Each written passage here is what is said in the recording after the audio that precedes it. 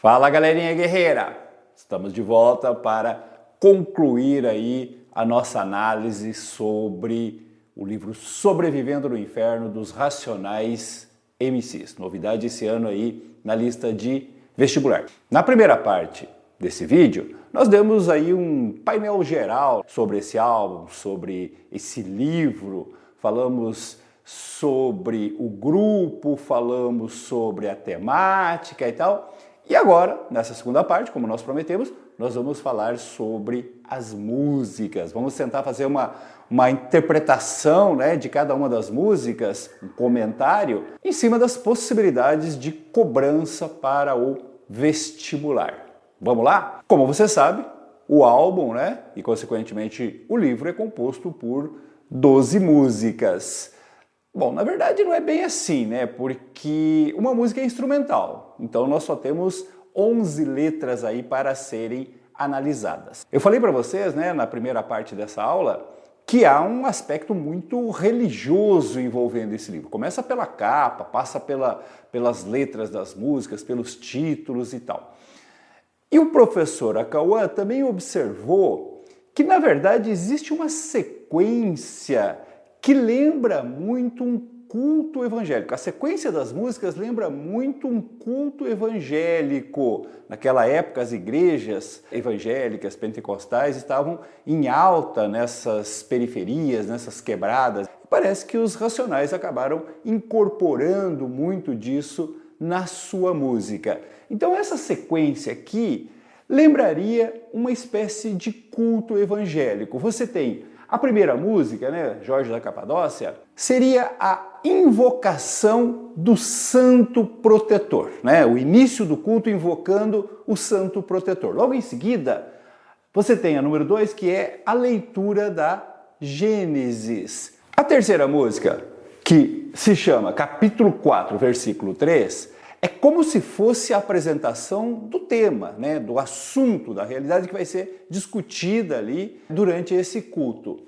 E aí seguem uma sequência de depoimentos, seriam os depoimentos que seriam dados ali sobre determinadas experiências, né, vivenciadas pelos fiéis. Aí nós teríamos o Tô ouvindo alguém me chamar, Rapaz comum, Diário de um detento, Periferia é periferia em qualquer lugar, Qual mentira vou acreditar? Isso aí tudo passaria como se fossem depoimentos ali, né, mostrando várias realidades dessa periferia, dessa quebrada. E aí termina com 3 músicas, que seria meio que o fechamento do culto, com uma espécie de crença na possibilidade de um milagre, de uma mágica, de uma mudança, de uma transformação daquela realidade adversa e que trouxesse principalmente a paz. Nós estamos falando do Mágico de Oz, Fórmula Mágica da Paz e o Salve no final. E é muito interessante como nessas 3 últimas músicas, aí incluindo o Salve, aparece muito a palavra paz. Então vamos lá, vamos começar, vamos falar um pouco de uma por uma dessas músicas aí. Começando pela música Jorge da Capadócia. Essa é a única música que não é autoral do grupo. Essa música, na verdade, essa música é muito utilizada em rituais de candomblé e ela é atribuída a Jorge Ben. Mas existem controvérsias, alguns dizem que não é do Jorge Ben foi o primeiro a gravar e tal. Enfim, Jorge da Capadócia é a música de abertura, não é autoral, é uma espécie de preparação, né, para o enfrentamento, mas principalmente é uma invocação da proteção do santo São Jorge, o santo guerreiro, o santo protetor. Veja o que diz aqui alguns fragmentos da música. Eu estou vestido com as roupas e as armas de Jorge. Armas de fogo meu corpo não alcançarão. Facas e espadas se quebrem sem o meu corpo tocar. Cordas e correntes arrebentem sem o meu corpo amarrar, pois eu estou vestido com as roupas e as armas de Jorge. Então fica bem claro, né, essa invocação do santo como uma proteção para o enfrentamento, para a luta que vem a seguir. E aí nós temos a segunda música, Gênesis. Está escrito intro entre parênteses.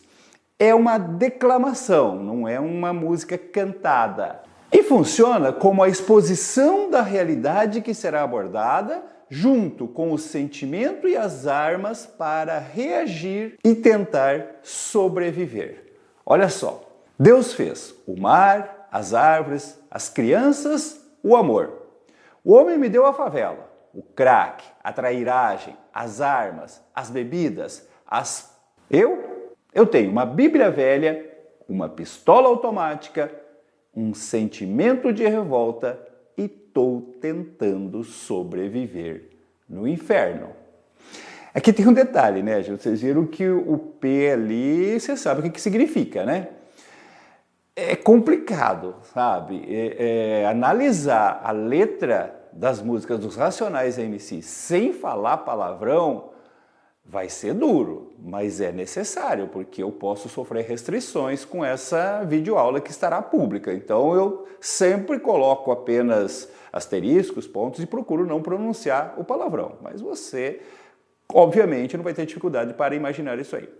Vejam, nessa música aqui, você tem 3 situações. Você tem a situação divina, Deus fez o mar, as árvores, as crianças, o amor.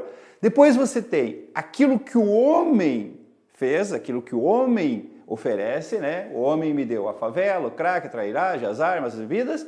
E aí o posicionamento, né, do indivíduo diante disso. Ele diz, ó, para isso eu tenho uma Bíblia, que é a referência a Deus, uma pistola automática, a referência a essa realidade opressora, e um sentimento de revolta. Então você tem o indivíduo expondo, né, a revolta em relação a essa realidade que ele observa. E termina dizendo, e estou tentando sobreviver no inferno. Então, quais são minhas armas para sobreviver no inferno? Uma Bíblia velha, uma pistola automática e a minha revolta, a minha indignação. É muito significativo que isso seja exatamente a introdução para o que vem a seguir. E o que vem a seguir, música 3, é o capítulo 4, versículo 3. Essa terceira música representa aquele momento do culto em que é lido, né, uma passagem bíblica para elucidar qual é o tema, qual é o assunto que vai ser abordado dali para frente. Essa música começa com uma declamação também, em que é exposto dados de uma realidade extremamente injusta e discriminatória. Olha só como começa, ó. 60% dos jovens de periferia sem antecedentes criminais já sofreram violência policial. A cada 4 pessoas mortas pela polícia, 3 são negras. Nas universidades brasileiras, apenas 2% dos alunos são negros. A cada 4 horas, um jovem negro morre violentamente em São Paulo. Aqui quem fala é Primo Preto, mais um sobrevivente. Você viu quantas vezes já apareceu a expressão sobrevivente, que vem desde o título do livro, do álbum aí? E principalmente, são dados verídicos colhidos naquele momento aí, né, em que esse álbum foi produzido em 1997, mas que não são muito diferentes dos dados de hoje. São dados que expõem uma realidade extremamente discriminatória em relação aos homens pretos, aos negros moradores da periferia aí. E aí começa a música propriamente dita. A música começa expondo, né, o posicionamento do sujeito, desse sujeito periférico, diante dessa realidade que foi apresentado na introdução. Olha o que ele diz, ó. Minha intenção é ruim, esvazia o lugar. Eu tenho uma missão e não vou parar. Meu estilo é pesado e faz tremer o chão. Minha palavra vale um tiro. Eu tenho muita munição. Vim para sabotar seu raciocínio. Vim para abalar seu sistema sanguíneo. Unidunité, eu tenho para você um rap venenoso ou uma rajada de PT, de metralhadora. Observem qual é a arma que eles escolhem para essa luta, a palavra. Eles estão armados com a palavra, com a arte, com o rap. É com isso que eles vão enfrentar essa realidade que foi apresentada na declamação antes de iniciar a música. E observe que no final ele diz, ó, eu tenho para você um rap venenoso ou uma rajada de PT. Não é e uma rajada, é ou, você pode escolher. Ou você ouve o meu protesto, o meu rap, que estará denunciando essa injustiça, toma consciência e toma uma providência, ou a outra opção é uma rajada de PT. Então você tem claramente aqui um tom de enfrentamento, né, diante dessa realidade que nos é apresentada. E a música vai continuar mostrando, né, um olhar, aquele olhar que eu citei lá na primeira parte do vídeo, identificado pelo professor Acauã, do sujeito periférico integrado com a sua realidade. Um olhar compreensivo sobre os manos da quebrada e suas dificuldades. Olha só o que ele diz aqui, ó. Veja bem, ninguém é mais que ninguém. Veja bem, e eles são nossos irmãos também. Mas quem sou eu para falar de quem cheira ou de quem fuma? No desenrolar da música, né? Você tem uma espécie de diálogo ali do Mano Brown com o Ice Blue. O Ice Blue falando, olha, esse mano aí não tem jeito, não tem solução, né? Ele só quer saber de cheirar e tal. E aí o Mano Brown responde, mas veja bem, quem sou eu para julgar isso? E essa mudança de tom que foi citada lá pelo professor, né, que aparece aí no Sobrevivendo do Inferno. Ou seja, não é mais aquele olhar de fora, aquele olhar julgador, é o olhar de dentro, né, do sujeito que faz parte disso, que se sente parte integrante desse drama, desse problema, e não se sente no direito de ficar julgando quem é vítima dessa realidade também. E aí nós chegamos na conclusão, né, da música, com a afirmação de luta e resistência. Olha o que ele diz, ó. Permaneço vivo, prossigo a mística, 27 anos contrariando a estatística. Que estatística? A estatística de que dificilmente um jovem na periferia passa dos 20 anos. Seu comercial de TV não me engana. Eu não preciso de status nem de fama. Seu carro e sua grana já não me seduz, e nem sua de olhos azuis. Eu sou apenas um rapaz latino-americano apoiado por mais de 50 mil manos, efeito colateral que o seu sistema fez. Racionais, capítulo 4, versículo 3. Observe que agora o recado é explícito, direto. Tipo assim, você não consegue mais me seduzir com os seus valores, né, com os seus padrões. Eu vou resistir a esses apelos, eu vou sobreviver a esse inferno e eu sou um resultado do seu próprio sistema. Essa é a minha Bíblia, esse é o meu capítulo, esse é o meu versículo. E eu queria chamar a atenção de uma outra coisinha aqui, uma intertextualidade que de repente o vestibular pode pegar.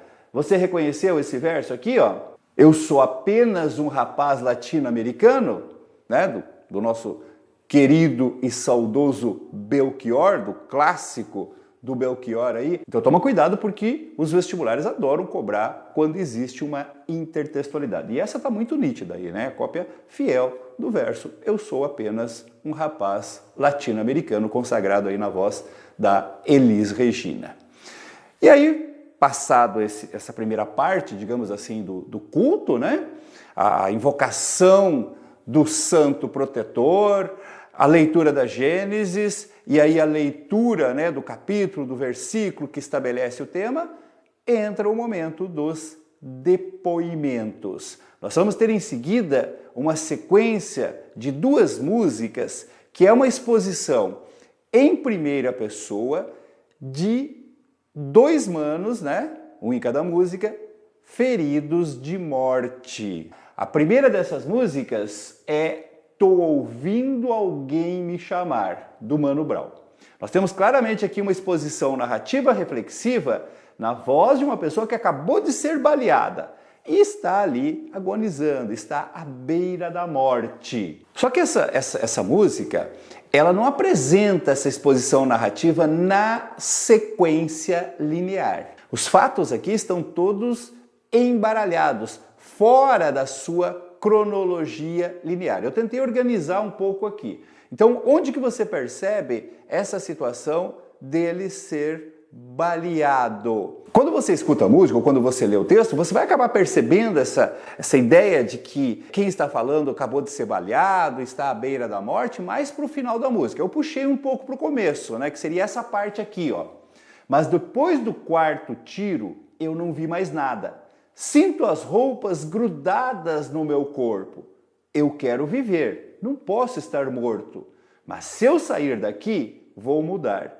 Eu estou ouvindo alguém me chamar. E aí ele vai começar, né, nesse momento que ele está baleado, ele começa a relembrar o seu passado, a sua trajetória, até chegar nesse momento aí. Então você tem, na verdade, como eu falei, uma música cheia de fragmentação, de falta de linearidade, que começa aí com a apresentação dos desejos. Olha só, eu só queria ter moral e mais nada. Mostrar para o meu irmão e para os caras da quebrada uma caranga e uma mina de esquema. Algum dinheiro resolvia o meu problema. Então tudo começa com esse desejo, né, de ter um carrão, de ter uma namorada bonita para apresentar e tal. E para isso precisa de quê? Precisa de dinheiro. E aí em seguida ele vai contrastar esse desejo com a realidade da quebrada. Olha só o que ele diz, ó. Os malucos lá do bairro já falavam de revólver, droga, carro. Pela janela da classe eu olhava lá fora. A rua me atraía mais do que a escola. Fica com você o seu sonho de doutor. Quando acordar, se me avisa. Morou? Aqui ele está apresentando uma realidade que, como ele mesmo coloca no final, ele não acredita que vá conseguir realizar esses desejos através da educação, do sonho de ser doutor. Aliás, um outro detalhe que eu queria chamar a atenção aqui, que é comum em todas as músicas, você tem aqui uma linguagem que é própria da oralidade, da pronúncia, né, da fala da oralidade. Não falemos em erros. Ela simplesmente é uma variante linguística diferente da variante culta, da norma culta. A Unicamp não considera isso como erro. Mas, obviamente, que é um detalhe, é uma característica que você tem que observar. Tá? A música reproduz aí a oralidade da fala, como é próprio do rap também. Então, observem a sequência da música. Ele nos apresenta o seu sonho, o seu desejo, e, ao mesmo tempo, nos apresenta a possibilidade de conseguir isso que não é através da escola. Então veja como ele continua ali, ó. Me chamaram para roubar um posto. Eu estava duro, era mês de agosto. Mais ou menos 3h30, à luz do dia. Tudo fácil demais, só tinha um vigia. Não sei, não deu tempo, eu não vi, ninguém viu. Atiraram na gente, um moleque caiu. Agora é tarde. Eu já não podia mais parar com tudo, nem voltar atrás. Então começa desse jeito, um assalto que parece ser muito simples, muito tranquilo e tal, e aí ele começa a ver a dura realidade, um companheiro sendo baleado. E aí já é tarde para voltar atrás. E isso vai piorando, então ele chega ao ponto, né, do assassinato, quando ele mata a primeira pessoa. Olha só, estava em jogo. Meu nome é Atitude, era uma vez Robin Hood. Fulano sangue ruim caiu de olho aberto, tipo me olhando, me jurando. Estava bem perto e acertei os 6. O Guina foi e deu mais 3. Esse Guina, que aparece durante toda a reflexão, toda a narrativa, parece ser o seu professor no crime. É uma pessoa com quem ele se envolveu inicialmente, que o ensinou, que o levou para o crime e a quem ele admira muito aí. Mas observe que logo em seguida já vem a consciência, né, do drama que ele está vivendo, do que ele acabou de fazer. Olha só, o que eu estou fazendo aqui? meu tênis sujo de sangue, aquele cara no chão, uma criança chorando e eu com um revólver na mão. Ou era um quadro do terror e eu que fui o autor. Então observe que ele tem a consciência, né, do ponto que ele chegou em cometer um assassinato. O próximo passo, depois dessa tomada de consciência, é a tentativa de parar. Parar com a vida do crime. Olha o que ele diz aqui, ó. Não, não, não. Eu tô a fim de parar. Mudar de vida, ir para outro lugar, um emprego decente, sei lá, talvez eu volte a estudar. Mas como a gente sabe, né, das histórias todas, não é fácil parar uma vez que entrou na vida do crime. A própria tentativa de parar tem as suas consequências. Veja só, tem uns malucos atrás de mim. Qual que é? Eu nem sei. Diz que o Guina tá em cana e eu é que caguetei. Eu que denunciei, eu que entreguei o meu companheiro. Não, eu não sou bobo. Eu sei qual é que é. Mas eu não tô com esse dinheiro que os caras querem. Maior que o medo, o que eu tinha era decepção, a trairagem, a pilantragem, a traição. Meus aliados, meus manos, meus parceiros querendo me matar por dinheiro. O amigo, o companheiro dele foi preso e ele começa a ser acusado de ter traído, de ter caguetado, entregado o amigo.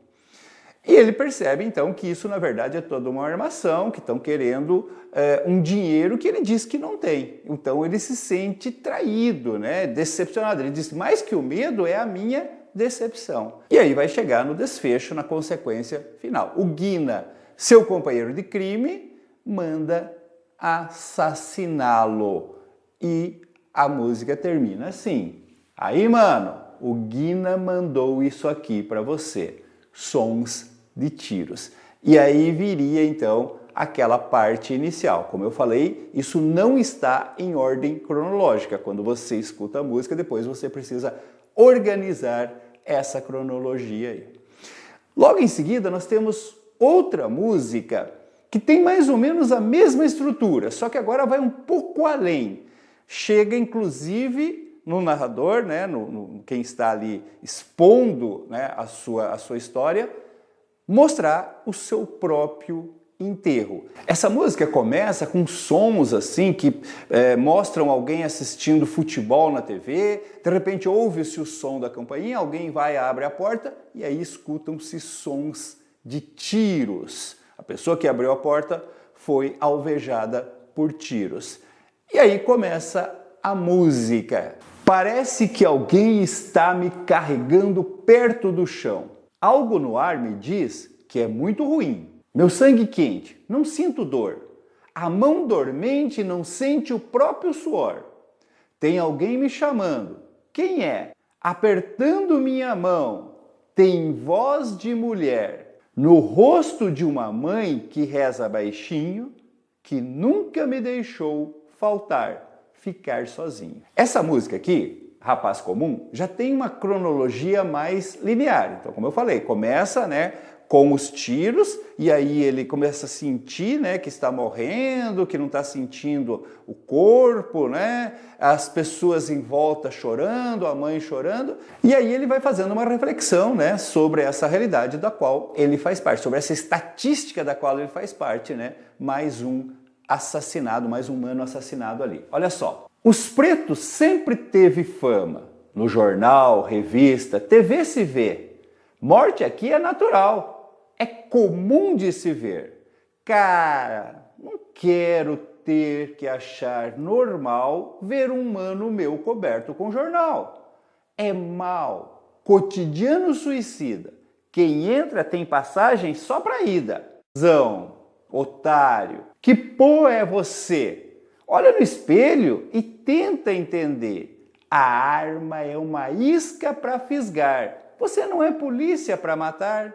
Percebe? Ele começa a ter aquela lucidez, aquela reflexão do tipo assim, a realidade é essa. Às vezes você cai, né, numa falsa imagem de poder, de pegar uma arma, de ser o valentão e tal, e aí ele fala, oh, você está sendo otário, você não é polícia para matar. A arma é apenas uma isca para te fisgar, para te trazer para o crime e depois você sofrer as consequências aí. E como eu disse, nessa música, que tem uma linearidade cronológica mais coerente aí, a música termina com ele descrevendo o seu próprio enterro. Observem, ó. No buraco desce o meu caixão. Jogam terra, flores, se despedem na última oração. Não sou o último, nem muito menos o primeiro. A lei da selva é uma mé e você é o herdeiro. Então nessa música Rapaz Comum você tem um segundo depoimento, né, nessa imagem de culto, de um rapaz, de um humano, baleado, chegando à morte, vítima dessa realidade periférica. E aí nós chegamos naquela que é a música mais famosa do álbum, né? Foi a música mais polêmica de todas, que é Diário de um Detento. Essa música foi feita pelo Mano Brown em parceria com um ex-presidiário chamado Jocenir. Esse Jocenir presenciou, foi testemunha do famoso massacre do Carandiru. Ele estava preso lá no Carandiru quando houve o massacre em 1992. E aí um dia o Mano Brown foi colocado em contato com esse Jocenir, né, por alguns amigos comuns aí, e o Jocenir lhe apresentou então a letra dessa música. O Mano Brown levou, fez a música e acabou sendo o grande sucesso do Sobrevivendo no Inferno. Aqui também nós temos uma situação bem cronológica, né? Começa com a apresentação, né, do presídio, dos presos, do dia a dia, da tensão e culmina no desfecho trágico. Observem como a música começa. Ó. Aqui estou mais um dia, sob o olhar sanguinário do vigia. Você não sabe como é caminhar com a cabeça na mira de uma HK. Os presos, né, sempre sob a mira dos vigias armados. Essa tensão, né, do dia a dia de um presidiário. E aí ele vai continuar colocando algumas esperanças, porque esses presos têm que ter um mínimo de esperança, né, na qual eles podem se agarrar, né, e as referências que eles têm ao mundo externo também. Veja só, será que Deus ouviu minha oração? Será que o juiz aceitou a apelação?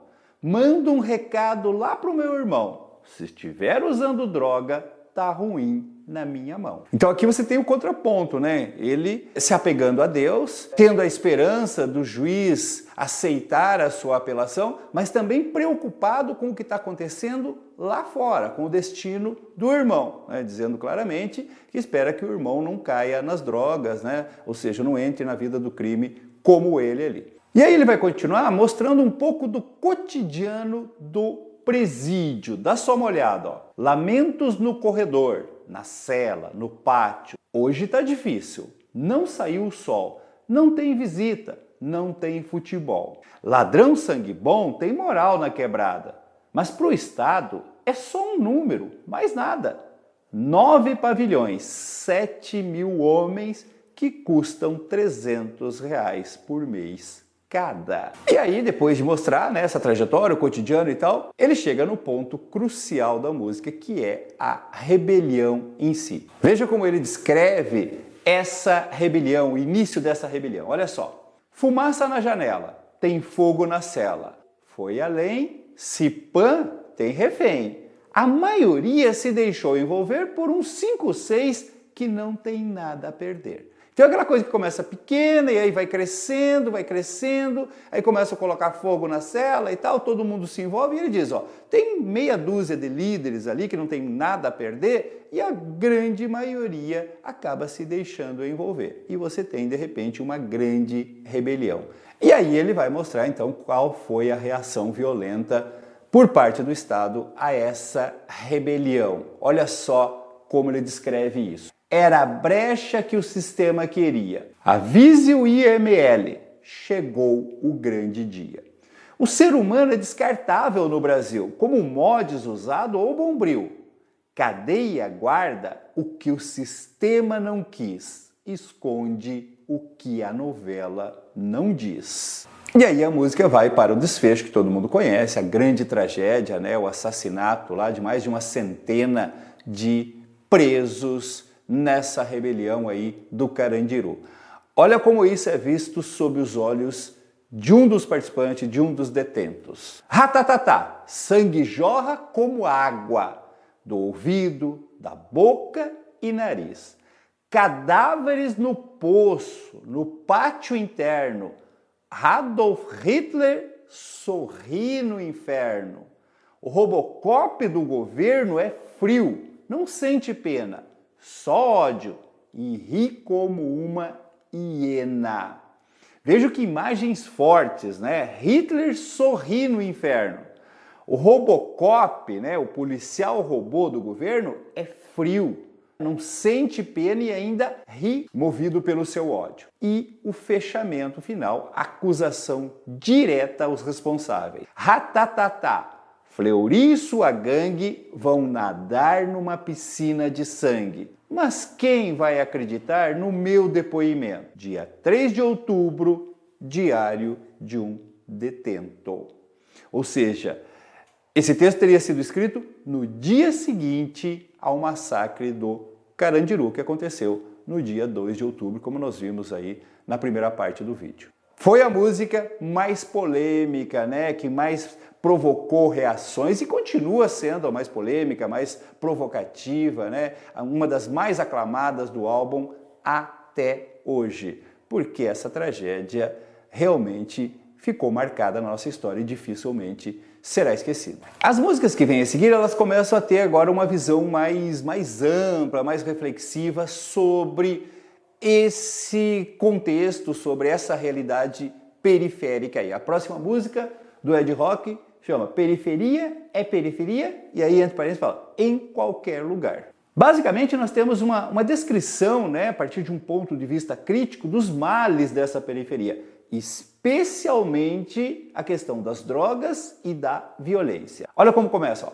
Este lugar é um pesadelo periférico. De dia, a pivetada caminham da escola. À noite, vão dormir enquanto os manos decolam na farinha, na pedra, usando droga de monte, quimer. Então ele começa apresentando essa realidade, né? Que você tem, né, esse contraste, você tem as crianças indo para a escola também, mas você tem, principalmente, né, as pessoas se perdendo na droga, que ele chama de farinha, né, de pedra e tal. E ele também aponta algumas causas dessa realidade que levam a isso, que deixam muitas vezes as crianças soltas, sem um olhar ali que possa impedir essa tragédia de acontecer. Veja o que ele fala, ó. Porque o chefe da casa trabalha e nunca está. Hora extra é necessário para o alimento. Então são aquelas crianças, né, que acabam sendo criadas sem a presença do pai, porque os pais têm que sair para trabalhar, fazer hora extra para poder trazer a comida, o alimento para casa. Enquanto isso, os filhos ficam à mercê dessa realidade, dos apelos dessa realidade, os apelos da vida criminosa, né, das facilidades que o crime traz ali. Veja como ele continua isso aí, ó. O ódio toma conta de um trabalhador. Comprou uma arma para se autodefender. Muita pobreza, estoura a violência. Nossa raça está morrendo mais cedo. A verdade seja dita. Aqui ele aponta mais alguns detalhes, mais alguns problemas, né, dessa realidade. Muitas vezes as pessoas revoltadas, o trabalhador honesto e tal, é tomado por uma revolta, por um ódio muito grande, acaba armando com o intuito de se autodefender e isso acaba gerando mais violência. Como ele diz, né? Muita pobreza acaba gerando mais violência, mais tragédia ali. E ele vai terminar a música fazendo uma reflexão mais ampla, né? Tentando entender as várias nuances, os vários lados dessa tragédia, desse conflito. Veja o que ele diz, ó. É complicado. O vício tem dois lados. Depende disso ou daquilo, ou não. Tá tudo errado. Eu não vou ficar do lado de ninguém. Por quê? Quem vende a droga para quem? Vem para cá de avião ou pelo porto? Cais. Não conheço o pobre dono de aeroporto. E mais, fico triste por saber e ver que quem morre no dia a dia é igual a eu e a você. Então ele começa a mostrar, né, os vários lados disso. Você tem essa realidade da periferia, mas você tem também os agentes externos. Quem traz essa droga até ali, para quem que ela é vendida, quem vai buscar. Então a coisa é muito mais ampla, é muito mais complexa e existe um olhar, né, bastante crítico sobre isso. Por isso que ele diz, eu não vou ficar do lado de ninguém. Como se dissesse, todos têm culpa nessa situação. A culpa não é só de um, não é só do outro. Existe todo um sistema que cria essa realidade da periferia. Como ele diz, periferia é periferia em qualquer lugar. Na próxima música nós temos aí uma referência às mentiras, né, que acabam envolvendo também esses moradores da periferia. A música se chama Em Qual Mentira Vou Acreditar? Tipo assim, ó, eu tenho que acreditar em alguma mentira, né? Eu só vou escolher em qual mentira eu vou acreditar. E aí ele vai citando, né, uma série de mentiras que envolvem vários aspectos da vida na periferia. A primeira mentira que ele apresenta é de que não existe racismo, não existe discriminação em cima dessas pessoas negras e pobres. Olha só, eu me formei suspeito profissional, bacharel, pós-graduado em tomar geral. Quem é preto como eu já tá ligado qual é. Nota fiscal, RG, polícia no pé. E aí, né, tem uma voz de polícia que responde, escuta aqui, o primo do cunhado do meu genro é mestiço. Racismo não existe, comigo não tem disso. É para tua segurança. Então aquela coisa, né, do policial abordando humano negro, né, pobre, dizendo que isso não é fruto de racismo, de discriminação, de preconceito e tal. Próxima mentira que ele aponta é a inexistência do preconceito em relação à realidade pobre, à realidade social, cultural da favela e muita da hipocrisia, né, de algumas pessoas que fazem parte dessa favela, mas que tentam fingir que são de outro lugar, que têm um outro modelo de vida. Dá só uma olhada, ó. Disse para mim não falar gíria com ela, para me lembrar que eu não tô na favela. Para mim ela já disse que era solitária, que a família era rígida e autoritária. Tem vergonha de tudo, cheia de complexo, que ainda era cedo para pensar em sexo. Então, aqui é a denúncia daquela hipocrisia, né, daquele preconceito que é negado também, né, que não existe esse preconceito, que as pessoas são sinceras, não são hipócritas e tal. E ele termina com uma terceira mentira, né, que envolve agora a religião, mais especificamente as igrejas que proliferam, né, igrejas evangélicas que proliferam nesses ambientes de periferia, nesses ambientes marcados pela miséria. E que muitas vezes, na verdade, são fachadas, não é, obviamente que não se está falando aqui de todas as igrejas, mas tem muitas delas que são usadas como fachada para se praticar crimes, como, por exemplo, virar uma espécie de boca de fumo, né, de tráfico de drogas. Como aparece aqui, ó, passaram 20 fiéis até agora, dá R$5, cumprimenta e sai fora. Um irmão muito sério em frente à garagem, outro com a mão na cintura em cima da laje. Isso sim, isso que é união. O irmão saiu feliz, sem discriminação. De lá para cá veio gritando, rezando, aleluia, as coisas estão melhorando. Fica bem claro, né, que na verdade aquilo ali é uma espécie de boca de fumo, né, e a religiosidade, o fiel, né, era apenas uma fachada. Você tem inclusive a imagem, né, de quem está cuidando, né, provavelmente armado, dessa boca de fumo ali. Enfim, a música ressalta, né, que são muitas as mentiras e você só tem que escolher em qual você vai acreditar. Porque afinal de contas você está inserido no meio dessa hipocrisia, dessa falsidade, né, desse ambiente em que muitas vezes as mentiras tem mais peso, tem mais valor do que a própria verdade aí. E aí nós vamos nos encaminhando para as 3 músicas finais.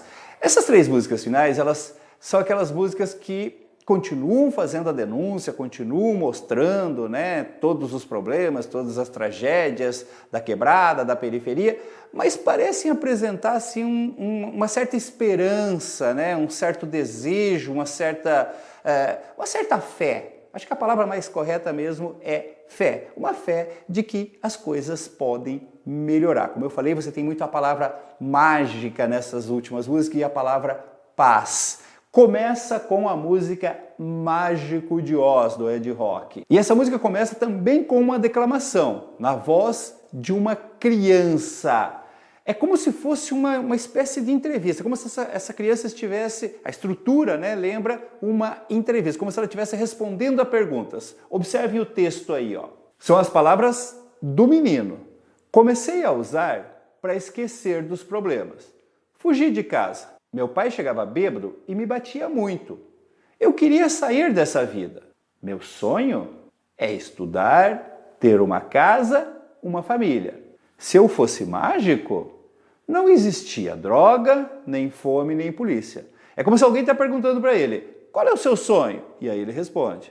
E se você fosse mágico, o que você faria? E aí ele responde. Essa parte é declamada. E aí entra a música propriamente dita, que começa assim, ó. Aquele moleque sobrevive como manda o dia a dia. Sair um dia das ruas é a sua meta final. Viver decente, sem ter na mente o mal. A noite chega e o frio também, sem demora. E a pedra, o consumo, aumenta a cada hora. Para aquecer ou para esquecer? Viciar. Deve ser para adormecer, para sonhar.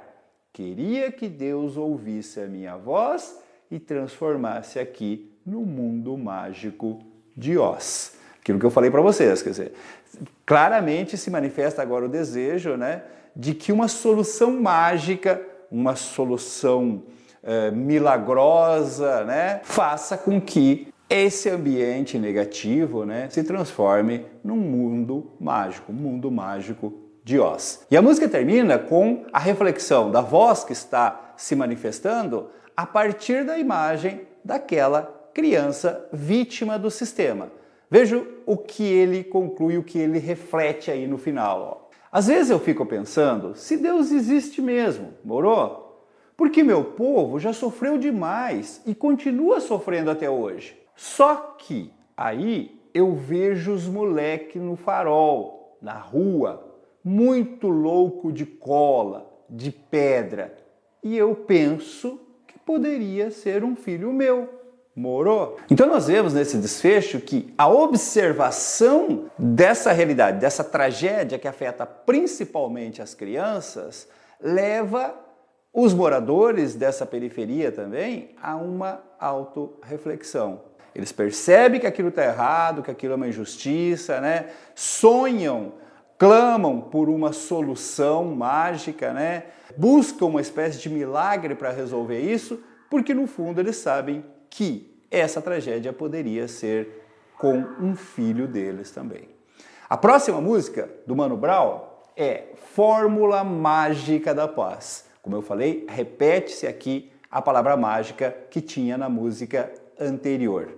E mostra justamente um mano, né, vivendo também nessa periferia, revoltado com toda essa situação, mas disposto a encontrar a paz. Só que essa paz que ele busca tem que ser através de uma fórmula mágica. Então, novamente, aquela ideia de que tem que ser algo que transcenda a realidade.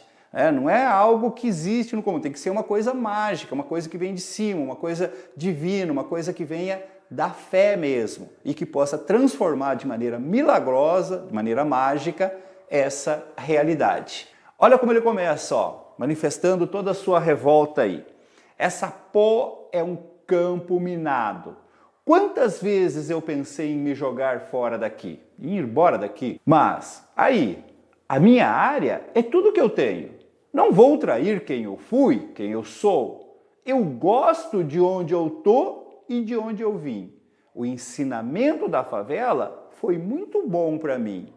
Veja como é muito interessante esses versos, gente, porque é óbvio que chega um determinado momento que ele pensa, pô, vou sair fora, né? Vou embora, isso aqui é um campo minado, isso aqui não tem solução e tal. Mas aí ele para e começa a pensar, não, mas eu gosto daqui, esse é o meu lugar, foi aqui que eu aprendi tudo. E ao invés de fugir, então eu vou tentar modificar isso aqui, eu vou tentar fazer isso aqui um lugar melhor. Veja como ele prossegue, ó. Eu não estava nem aí, nem levava nada a sério. Admirava os ladrões e os malandros mais velhos. Mas hoje eu posso compreender que a malandragem de verdade é viver, sobrevivendo no inferno.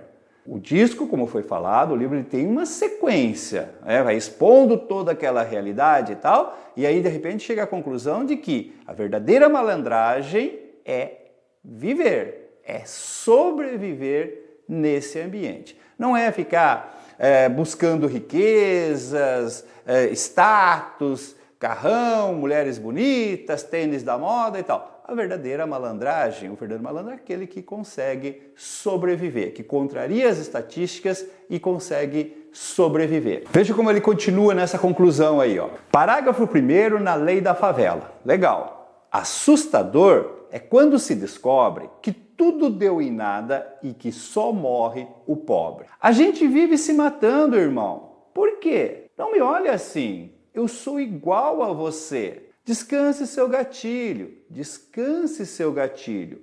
Entre no trem da malandragem. Meu rap é o trilho. Aquilo que foi dito lá na primeira parte também. A compreensão desse sujeito periférico, do seu papel, né, como sujeito ativo na possibilidade de transformação dessa realidade. Chegar a compreender que entrar nessa vida de crime é provocar a morte entre os próprios irmãos e que o rap pode ser a salvação. E ele termina dizendo que o trem da malandragem pode ter o rap como seus trilhos. Trilhos que levam o trem para algum lugar seria o rap levando essas pessoas a uma conscientização, a uma mudança de vida, a um fortalecimento, né, uma consciência para lutar, para mudar, para encontrar a fórmula mágica da paz. E ele termina dizendo o seguinte: não se acostume com esse cotidiano violento, que essa não é a sua vida. Malandragem de verdade é viver. Ele repete essa expressão, malandragem de verdade é viver. Você pode encontrar a sua paz, o seu paraíso. Você pode encontrar o seu inferno. Eu prefiro a paz. Isso aqui é o fechamento da penúltima música. A penúltima música termina com isso. Eu prefiro a paz. A última palavra da penúltima música é paz. E aí observe uma coisa muito interessante. A última música é um salve, né? Salve é mandar um salve, mandar um alô, né? Mandar um recado para alguém. É um salve para todas as comunidades, para todas as quebradas das várias regiões ali de São Paulo. Então a música começa e aí vai citando vários bairros, né, da periferia ali. Olha como ele começa, ó. Eu vou mandar um salve para a comunidade do outro lado dos muros. As grades nunca vão prender nosso pensamento humano. E aí, como eu falei, ele começa, cita uma carrada de bairros, né, de quebradas e tal, e termina dizendo o seguinte, ó. Eu acredito na palavra de um homem de pele escura, de cabelo crespo, que andava entre os mendigos e leprosos pregando a igualdade. Um homem chamado Jesus. Só ele sabe a minha hora. Aí, ladrão, tô saindo fora. Paz. Última palavra do disco. Paz. Logo depois dele declarar a sua fé em Jesus.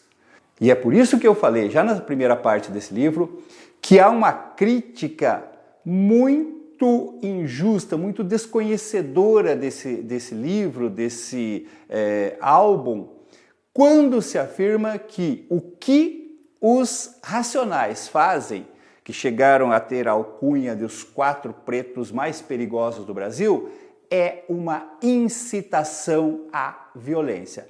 Quando esse livro, que representa o álbum dos Racionais, foi indicado como leitura obrigatória da Unicamp já no ano passado, choveram críticas nas redes sociais, que era um absurdo, que isso era uma apologia à violência, que esse grupo fazia uma apologia à violência e tal. E isso é uma crítica de quem desconhece, para não dizer que é uma crítica tendenciosa, preconceituosa, de quem desconhece a essência desse álbum, que começa pelo título, Sobrevivendo no Inferno. Você sobrevive no meio dessa violência. E termina com a palavra paz e com a declaração de acreditar em Jesus. As 2 últimas músicas terminam com a palavra paz. Certinho, gente? Bom, eu espero ter contribuído aí, né, para você ter uma melhor visão, né, um maior conhecimento sobre essas músicas. Claro que isso não esgota, né? Você tem que ler com atenção a música inteira, né? A gente pegou fragmentos aqui e principalmente põe num pendrive, põe no carro, põe no Bluetooth, sei lá, dá um jeitinho, põe no seu celular, escuta essas músicas. Escuta várias vezes. Enquanto você estiver lendo, estudando, põe a música para escutar também, porque o ritmo também faz parte da compreensão dessas músicas aí. É quase certeza uma questãozinha no próximo vestibular. E eu espero ter ajudado para que você possa responder essa questão aí. Não esqueça de consultar aí nosso material complementar, o PDF dos slides e tal, e fazer os exercícios que acompanham essa aula aí na nossa plataforma. Afinal de contas, é através do exercício que você realmente aprende, realmente aprofunda. Eu aguardo você numa próxima análise de obra literária. Um abraço!